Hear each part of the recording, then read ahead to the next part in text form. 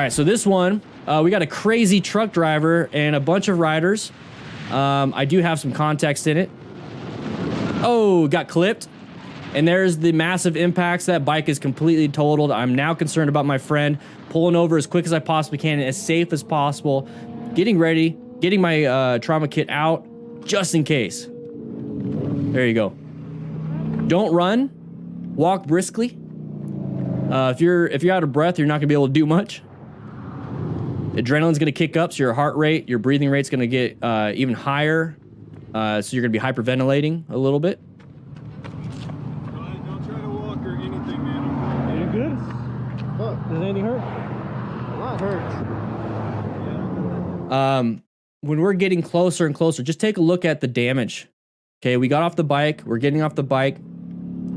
Okay, we got the road the bike in the roadway. We got pieces all over the ground. Yo.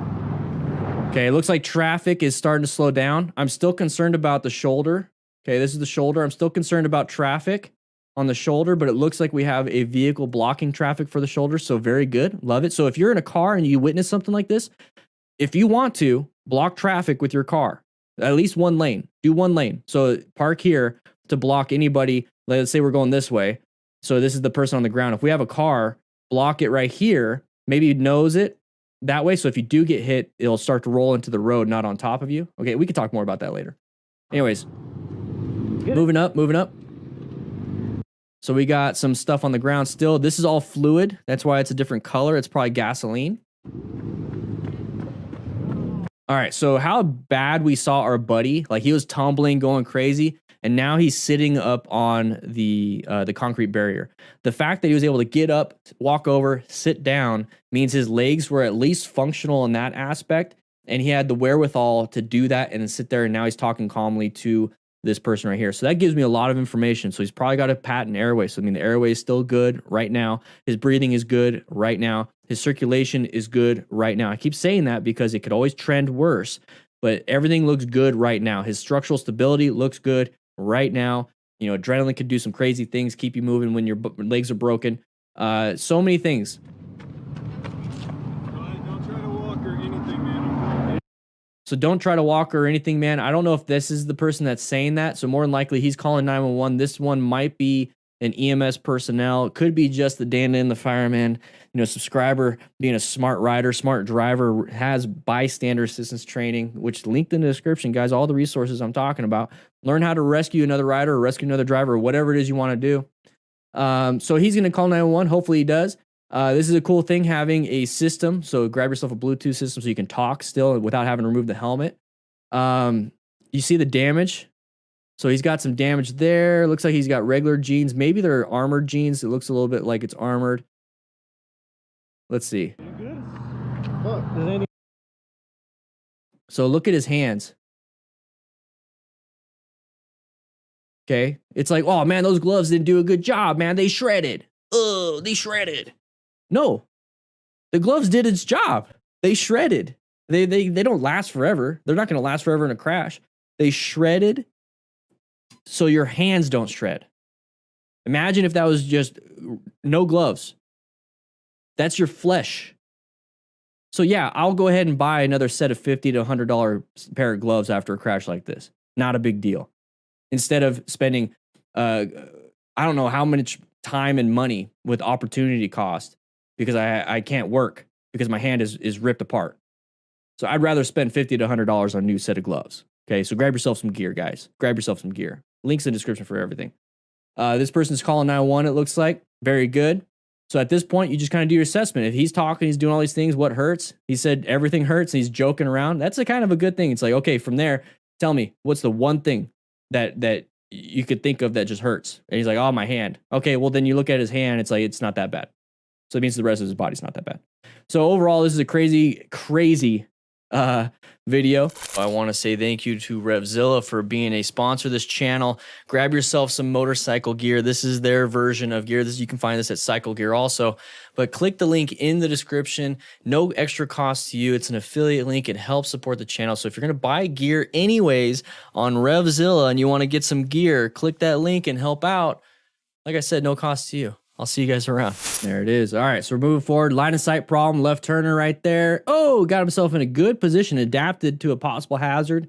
Didn't have to do anything crazy, but saw that there was something there. All right, so what we have here is that we have another situation inside the town, okay? Inside the town, what we're gonna do is we're gonna wanna go straight, right? So what we have is a line of sight problem. We can't see anything around those vehicles. So that's a big, scary situation. We know it's an intersection, so we should be in orange stage. Orange stage. We have a green light, so we're going to go, but that also means people can go and do this in front of us, which is a path of travel violation. We're going to possibly get hit. That's a no bueno situation. So we're going to go, we're going to go, we're going to go. So he already adapted. Do you see that? It's so subtle when you do it right. It's so subtle when you do it right. So right here, we're like, probably like right here. So this is the distance between that line. So when I talk about planning your route, position yourself for safety, this is what this rider's going to do. He's positioned himself for safety for the best line of sight as possible. He's not going to get the best one because of how the situation is. But then he's also going to find himself a better escape route, which is going to be off to the right here, and then good space cushion. So watch, look at, this is where he's at, and that's how far from the line.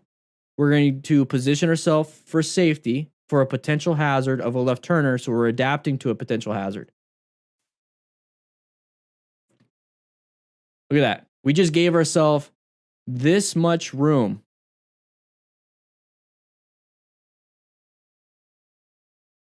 On this side. That's what we did. When we moved over, we gave ourselves this right here.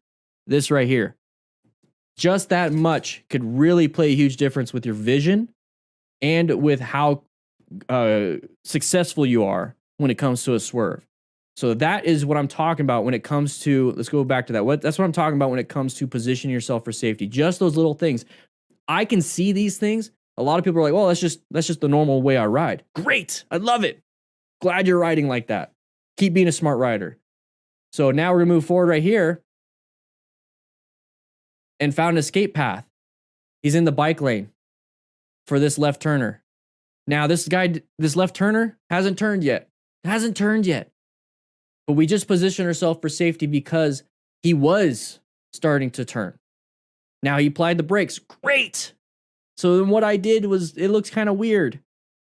I'd rather be like, whoa, it's kind of weird, than, oh, why am I in the hospital? Does that make sense? So if this car was still turning, and this is the front of the car, so if this is the car now, we are in a position already for safety.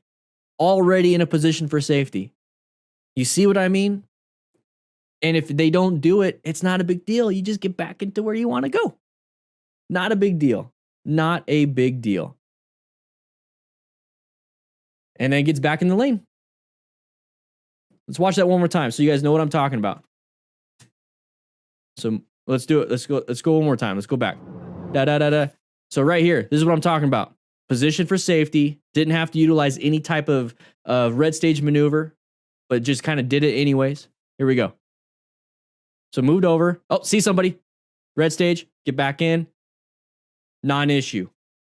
It would have been an issue if that car kept going, but set himself for success. Thank you for submitting this video.